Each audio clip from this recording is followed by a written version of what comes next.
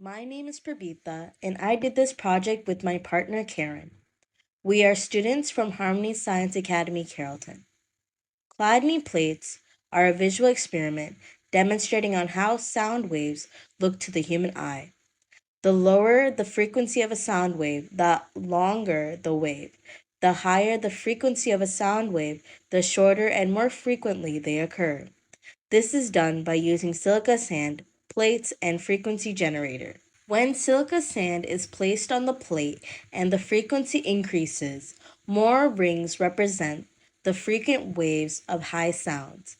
At 100 Hz, a central ring forms around the center of the plate, and as the frequency increases, more rings form.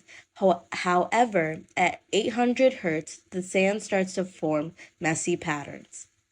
Chladni plates are a great form to show sounds, and the silica sand patterns differ as frequency changes, forming patterns to the point that they are not visible anymore. After completing the experiment, we noticed that at 100 Hz, the silica sand tends to form a circular ring around the nodal point. And as the frequency increases, the silica sand starts to form more intricate shapes. As the frequency increases, the amount of rings increases, resembling the rings of a tree. However, once you hit 800 Hz, the patterns becomes messy or disorganized. The main point we have learned from this experiment is that when silica sand is exposed to frequencies on a plate, there is always a central ring of sand surrounding the node. That original node then slowly starts shifting to the ends as the frequency increases, and as a new ring is formed to take its place at the center. The different shapes occurred due to the sand reacting to the increase in frequency, the sand representing the sound waves in a manner that is visible to the human eye. Our experiment proved that low frequencies have long waves that occur slowly and that high frequencies happen more frequently and have short waves.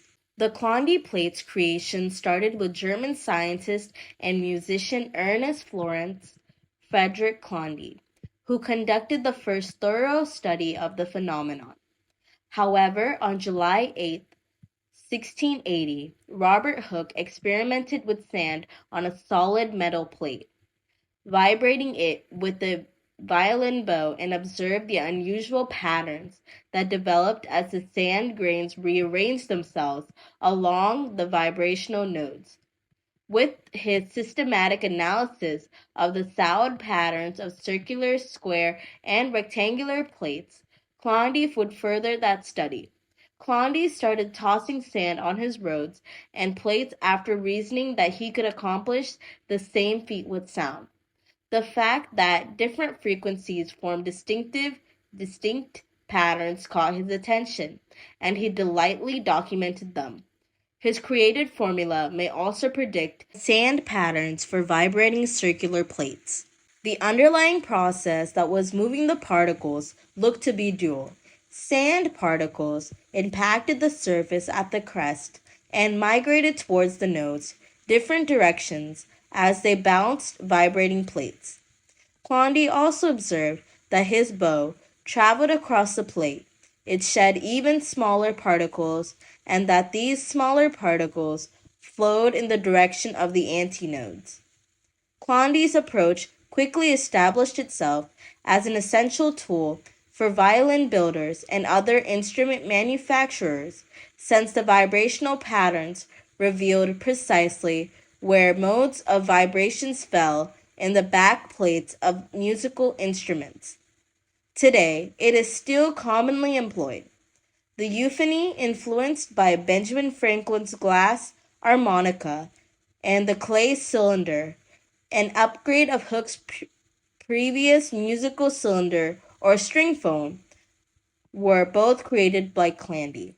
At the beginning of the PBL project experience, we had many ideas for what we could research or base our project on, but ended up settling on the idea of Chladni plates.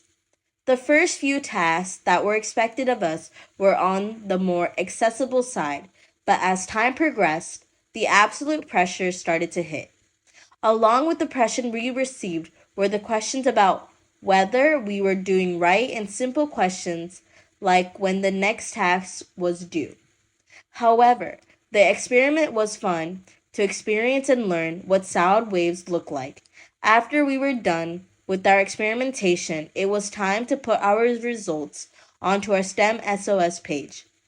The My PBL project page was formatted so it was easy to follow through. The sections were introduction, materials, procedures, pictures of materials, captions, and result in photos. After the result photos, there was a hyperlink to our action video. Then, after a few weeks had passed, it was time to start working on our ELA and social studies components to decide which one we would be doing and start writing them. Once completed, we uploaded them to our My PBL project page. Unfortunately, there was a time when we hit its stump, and we could not work on it for some time due to personal affairs. Luckily, we overcame the stump, got back on track, and followed the path needed to achieve and complete this project. As we ended our experiment, we learned that the vibrations are somewhat predictable, but still are not, and that depending on the frequency, vibrations grow and affect the sand in ways that may be hard to analyze. This is Prabitha. Thanks for listening from Harmony Science Academy, Carrollton.